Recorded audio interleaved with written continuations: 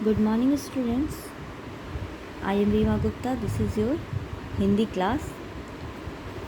हमारा चैप्टर जो टॉपिक चल रहा था वो चैप्टर 1 था और टॉपिक क्या था? भारत भूमि. ठीक है, जो कि एक कविता है. भारत भूमि हमारा टॉपिक ही चल रहा था. उसके हम लोगों ने शॉर्ट क्वेश्चंस कर लिए थे सॉल्व. अब हम आते हैं उसके लॉन्ग क्वेश्चंस पे. ठीक है, तो फर्स्ट क्वेश्चन है हमारा. क्वेश्चन नंबर 1, कवि ने किस नारे का उद्घोष किया है? ठीक, ये जो प्रस्तुत कविता है इसमें कवि ने किस नारे का उद्घोष किया है? तो उसने कहा है कि चाहे कितनी भी बड़ी मुश्किलें क्यों ना आएं, पर हम कभी न झुकेंगे और ना ही कभी रुकेंगे. यही हमारा नारा है. तो इस कविता का क्या नारा था कि चाहे कितनी बड़ी से बड़ी मुश्किल क्यों ना आ जाए हमारे ऊपर, लेकिन हम अपने लक्ष्य को पाने के लिए कभी नहीं किसी के सामने झुकेंगे या रुकेंगे, हमेशा आगे बढ़ते जाएंगे. यही हमारा नारा है. Now our second question is, कवि ने भारत भूमि की तुलना ध्रुव तारे से क्यों की है?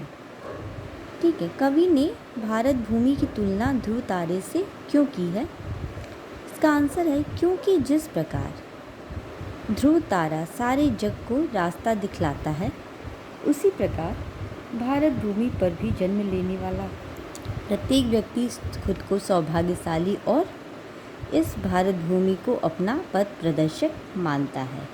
मतलब इस प्रस्तुत कविता में संपूर्ण कविता का सार यही है कि इस कविता में कहा गया है कि जो भारत भूमि पर जन्म लिए हैं वो खुद को बहुत ही सौभाग्यशाली मानते हैं. ठीक है, क्योंकि यहाँ पर हर तरह की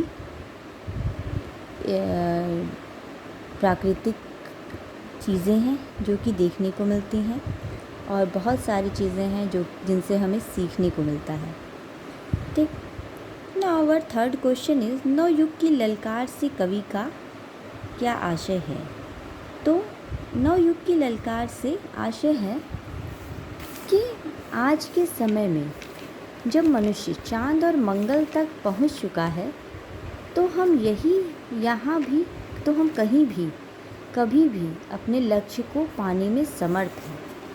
ठीक है, आज का ये जो समय है, मनुष्य जो है चांद तक पहुंच चुका है और हम मंगल ग्रह तक पहुंच चुका है. इसलिए हम अपने लक्ष्य को पाने के लिए खुद सक्षम हैं. हमें किसी की आवश्यकता नहीं है. हमारा पथ प्रदर्शक सिर्फ हमारी मातृभूमि ही है.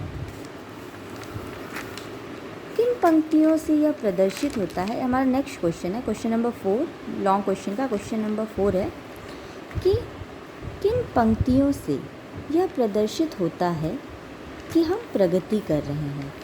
पूरी कविता में, प्रस्तुत कविता में जो है, पूरी कविता में किन पंक्तियों से हमें यह प्रतीत हो रहा है, हमें यह प्रदर्शित, मतलब हमें यह एहसास हो रहा है कि हम प्रगति कर रहे हैं? ठीक है, तो कविता में ऐसी कौन सी पंक्तियां हैं? चांद और मंगल का सपना सच होने जाता है अपना, अमर तिरंगा ध्वज उछाल कर नवयुग ने ललकारा है. ठीक, ये जो पंक्तियां हैं, इन्हीं पंक्तियों से हमें यह प्रतीत होता है, प्रदर्शित होता है कि हम प्रगति कर रहे हैं. क्योंकि चांद और मंगल का सपना, जो चांद पर पहुंचने का और मंगल तक पहुंचने का हमारा सपना था, वह सच होने जाता, वह अब पूरा होने लगा है, पूरा हो गया है. ठीक है, अमर तिरंगा ध्वज उछाल कर नवयुग ने ललकारा. मतलब कि चांद और मंगल तक पहुंचकर हम नए युग का निर्माण कर चुके हैं और हम अपने तिरंगे को जो है इस पर फहरा सकते हैं. तो हमारा जो ये नया युग है ये प्रगति कर रहा है. हम चांद तक पहुंच रहे हैं, मंगल ग्रह तक पहुंच रहे हैं और भी बहुत सारी चीज़ें हैं, इन्वेंशंस हैं जिनकी हम खोज कर रहे हैं. तो ये हमारा चैप्टर के क्वेश्चन आंसर कंप्लीट हो गए. Chapter number 1,